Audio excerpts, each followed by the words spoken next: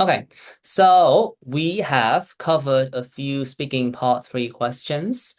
Before we get the ball rolling, can you remind me of what you're supposed to do in in the first frame of the that particular part?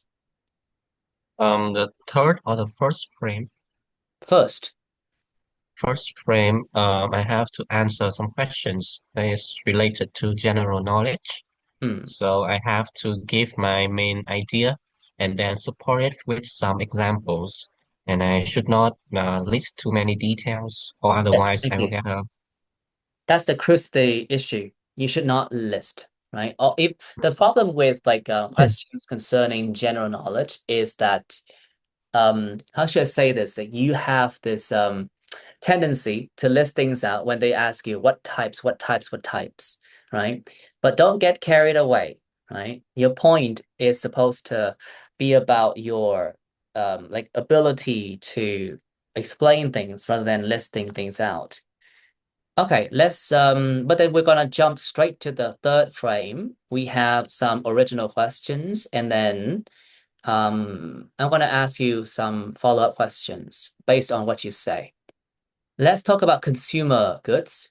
So what impact can consumer goods have on the environment? Well, from my observation, I think that the environmental cost of those consumer goods, especially fast fashion items, is absolutely terrifying. I mean, we are constantly buying cheap clothes that are made from unethical companies that favor money more than environment, to the point that those items can only last for about 1 month, and then they will end up in the garbage when they will have to spend the entirety of their life buried underground and not having the chance to be recycled. Okay. Well then, do you think that in the future people will buy fewer consumer goods because of that? I don't really think so. Even if I believe in such a positive future, I mean the algorithms and all kind of advertisements really make people thinking that those items are not really that bad to the environment. I mean, the awareness of people regarding this matter isn't that high, and despite concerns from various influencers and as well as other environmentalists, the effects of it just literally die out in the midst of the advertisements and the. Thank you. Well, then, what can we do to encourage more responsible, environmentally responsible consumer behavior? I guess the government have to really step in. I mean, they're the one in charge of how people lead their life in general. I mean, and if the government does not uh, enforce any laws, I mean, stricter laws regarding environmental rules, then the fast fashion industry will just keep on making new items that people thought to be good, but in actuality, really bad for the environment. And I also believe that the government needs to tax those kinds of company, because if with greater taxes, then maybe they will try to create more environmentally responsible Thank you. items. Do you think that companies should do something to encourage that sort of change, or, should they just let consumers decide what they want to do? Mm. I mean, companies, after all, they are all greedy. I mean, most of them, from observation, favor revenue over other things.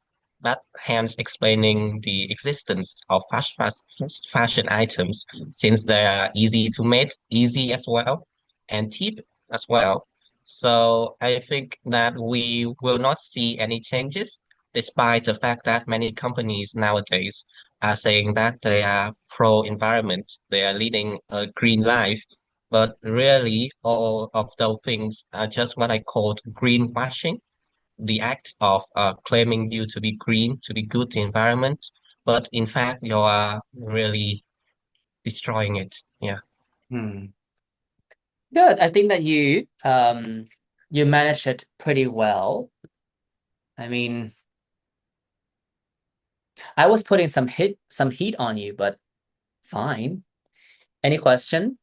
I thought that your answers were fine. I wanted to see if you could, maintain the same level of fluency and you know, rhythm as you were navigating these questions. Oh, by the way, I felt like, hmm, should I say that your chunking has got slightly better and your English Yes, as well? yeah.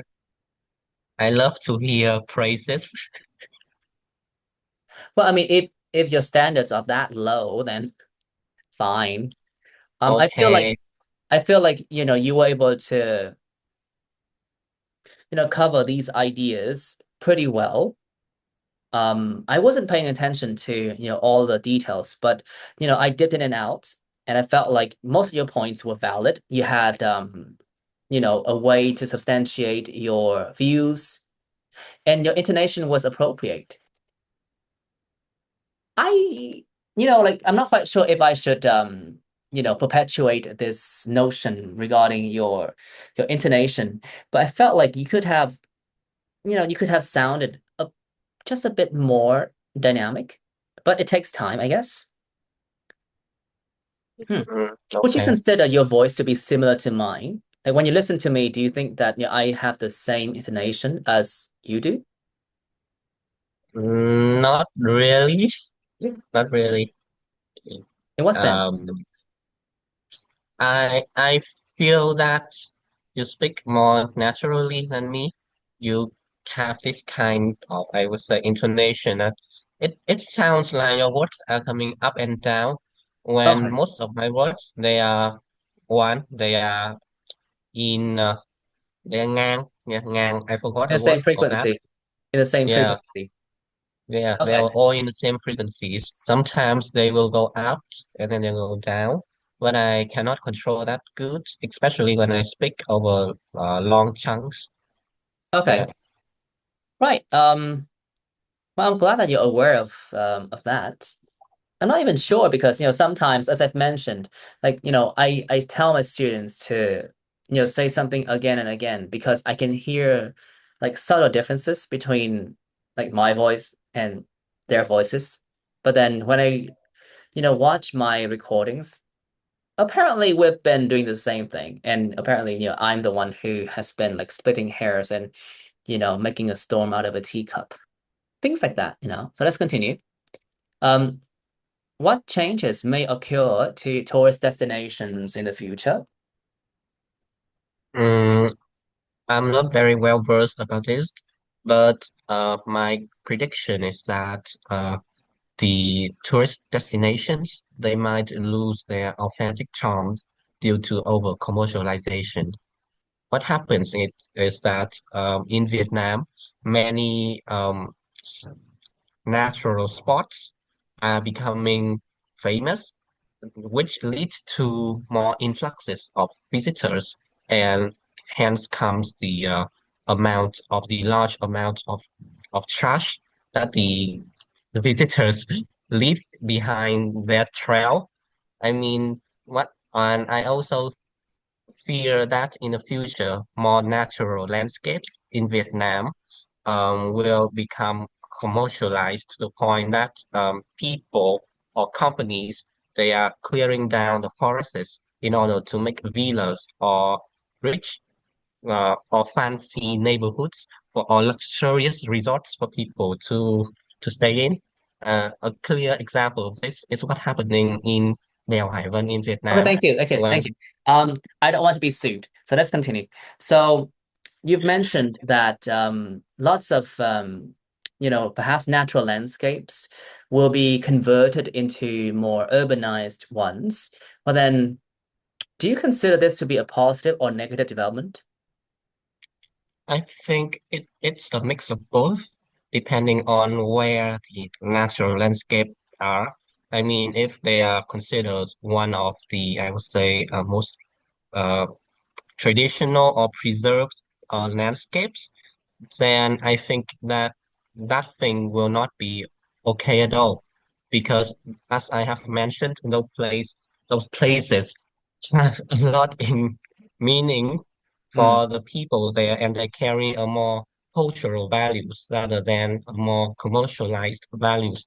But in contrast, the places or the landscapes that are that do not have more significant impacts than those I have mentioned earlier, then it will be fine to become urbanized since it means that there will be more spaces for Thank you. urban dwellers to live. Thank you. Um, well, I think that you sort of fumbled the ball towards the end of your answer. Yeah. But in contrast, fine. But then you say its will. Do you hear that? Its will. Mm, actually, I I remember don't any. pay any attention to that yet. I was paying more attention to my content. Okay, so I would like you to do it again. This time around, you can say the same thing, but I would like you to polish your answers a bit more. It's a very crucial activity, for those who wish to get, 8 and then above, right? The sky's the limit. Come on. So the question is, do you think that the, commercialization and urbanization of natural landscapes for the purpose of developing tourism is a positive or negative development? Um, I think that it's a mix of both, depending on the location of the natural landscapes. I mean, there will be landscapes that are deemed as cultural values or cultural heritages to the people, the local people there, and the urbanization of them will lead to, I would say, compromise in the values of people, and in contrast, there are more areas that haven't been explored in terms of its depth or in terms of its values. I mean, there are many cases of villages in the mountainous areas of Vietnam that haven't been explored yet. And after the commercialization and urbanization of them, um, the local people living there, they have better chances to, I would say, to to make a living out of these newly founded tourist areas. Hmm. Fine. Slightly better. Do you want Hmm. to do it again, or should we move on to a different follow-up question? Um, can you give me some new ideas or vocabulary on this question? Yeah, because I was thinking of the um, ờ, kiểu những cái chỗ mà kiểu nó quan trọng thì không nên phá, tại vì nó rất là xấu. Ý em là kiểu em không biết kiểu nó quan trọng thì không nên phá, kiểu nó obvious rồi thì em không biết phải giải thích kiểu như thế nào. Đó, còn những cái chỗ mà Okay. kiểu nó nên được phá này, kiểu để kiểu người ta làm du lịch các thứ thì ok, kiểu But I think ý em that, là thế. you can say it depends on the location that we're talking about.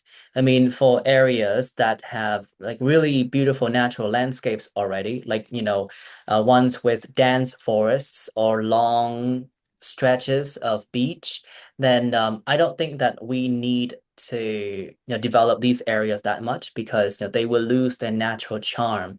And in my opinion, natural beauty is something that can put a country or at least a city on the map. So when it comes to these areas, I do feel like the authorities should try to preserve them, and all tourism activities should be controlled strictly so as not to damage local environments. So that would be my approach, right? You give examples of areas that are supposed to be protected, areas with dense forests, rich a rich ecosystem with all kinds of wildlife, right? And Yeah, then plants and animals, right? Various plant and animal species. What else?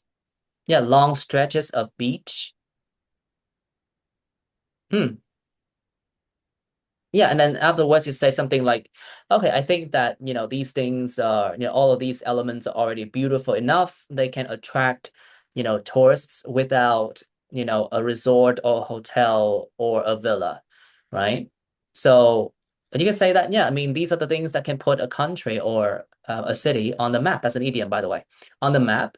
So just preserve them, and all sorts of like tourism activities should be controlled strictly. Like when you go to these areas, you have to take off your shoes, leave them on your boat, right? And then when you return, you can have your shoes. You don't get to bring any water bottles with you.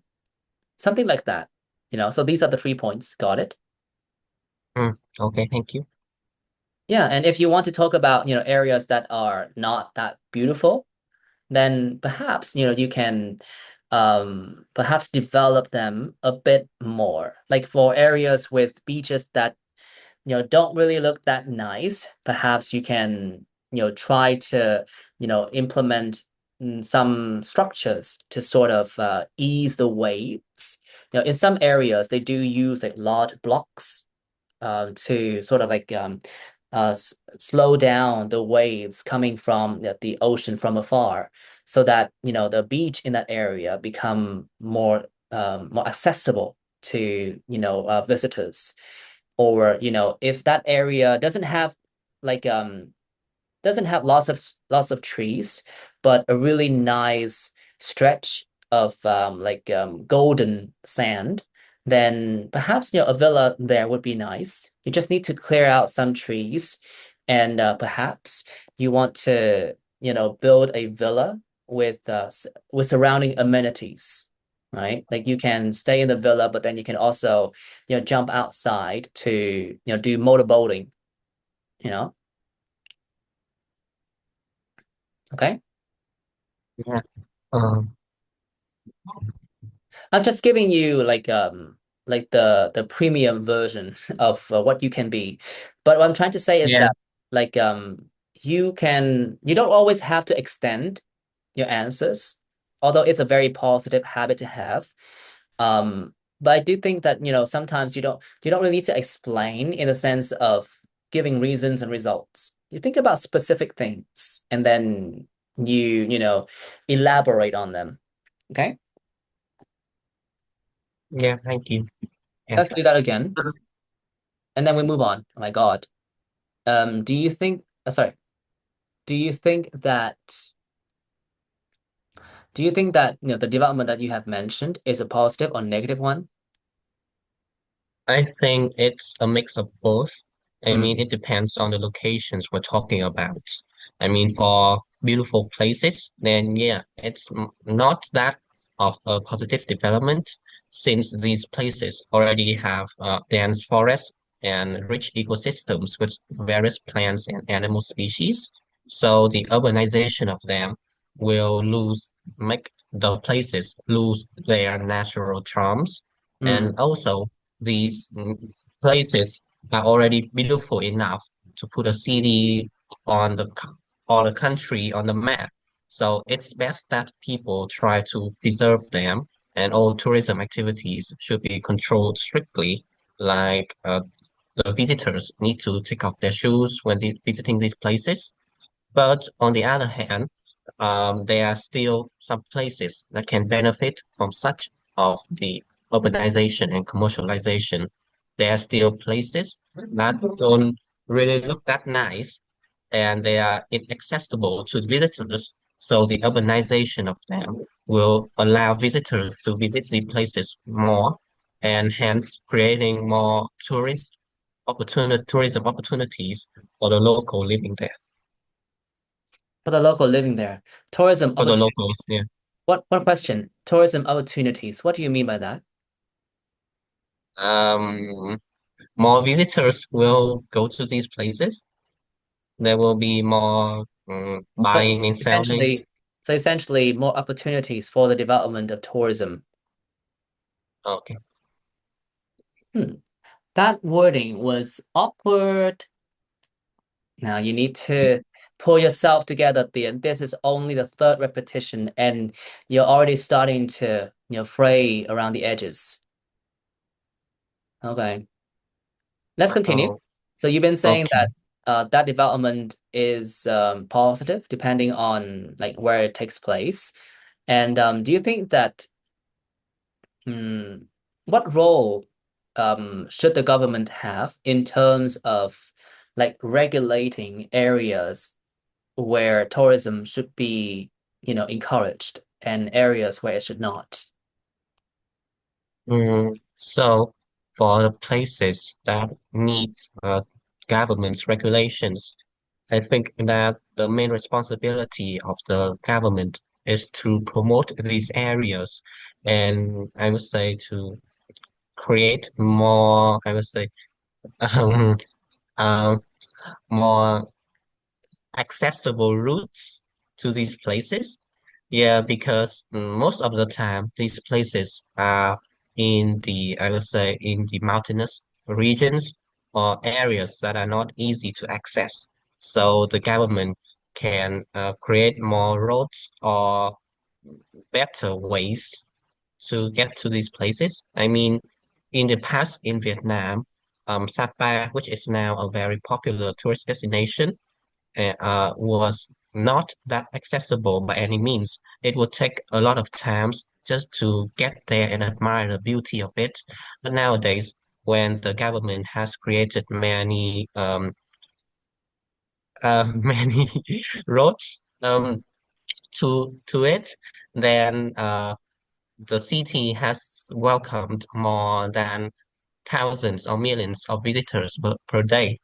Yeah, and in contrast, the areas that does not need that much of regulations, then I mean the government just need to create more rules, yeah, stricter rules for the visitors to preserve the beauty of the places.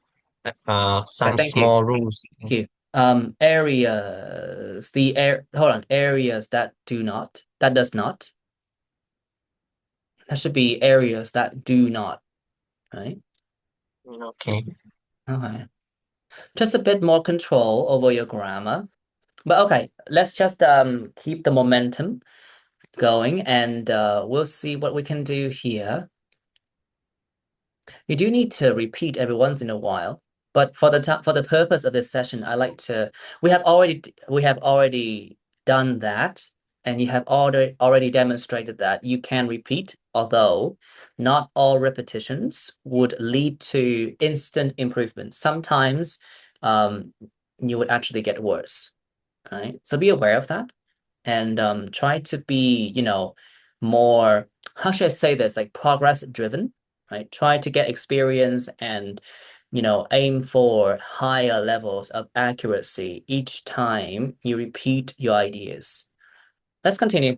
Which is more important to accommodation, style or function? Mm, for my observation, I think function will win over style in any condition. I mean, mm, uh, not sorry, not really. Mhm. I mean, it really depends on the owner of the accommodation. Sorry. I would say that style is just as crucial as function. Because for rich people, when they already have enough money to own a luxurious accommodation, like a villa or a mansion, then I think that the top priority of them is to have a place that not only that looks good enough to show off their wealth, but in contrast, for people from a lower economic backgrounds, then function will much be prioritized since after all they just need to have a place to stay in and have all the utilities and facilities that they need in order to keep the days moving on. Hmm. Okay. But then in which situations would people be willing to prioritize style over function?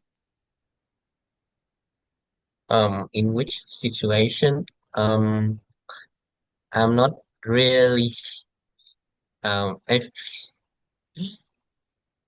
Sorry, sorry. It's a hard question. You can say it's a hard question. I never really thought about it.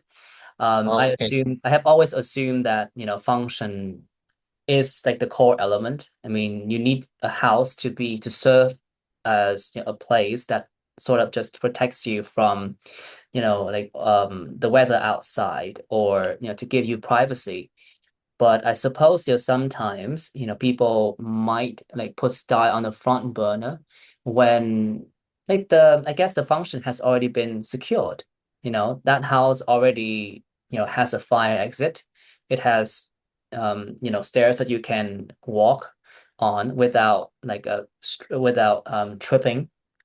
Well, in that particular case, I suppose that's when people can, prioritize appearances. They can be more creative in terms of, what colors they're going to use for their walls, and what structures they want to decorate the exteriors with, right? It's a hard question. So when that happens, what I'm trying to demo, do you know what I did to navigate that particular question?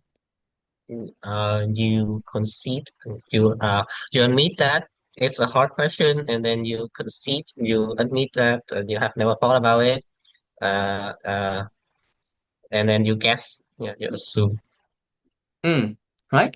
One of the most important things that you can learn from, questions like these is that you can just say, yeah, it's hard. I've never really thought about it, because my assumption has always been that, people have to, put a lot of emphasis on the basic function of the building, right? So then you explain, and then you say, I guess in some cases, when, or maybe, when like the function has already been I don't know, has already been secured, then you can shift the focus more to the style. Okay. Now, just this last question, and then we're gonna part ways. Which is more important to accommodation, style, or function?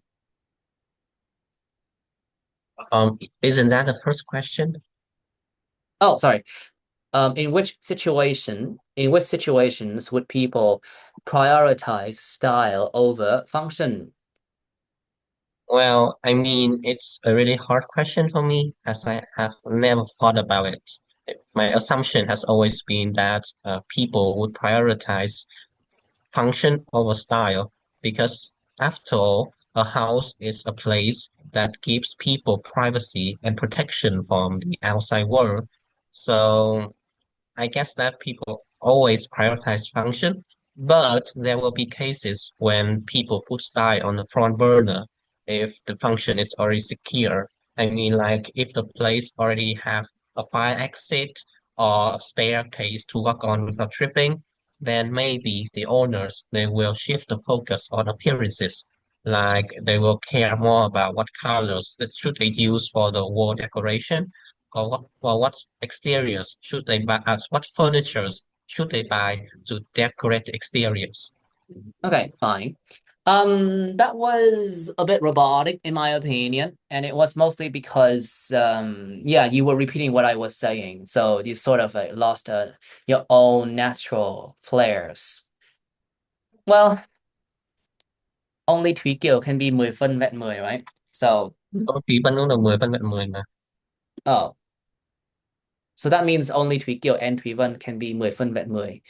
But since your name is Đức Tiến, so I cannot really ask too much of you. All right. Well, just keep on doing what you're supposed to be doing, and I'll see you tomorrow. Tomorrow. Yeah, thank you. Bye bye. Bye.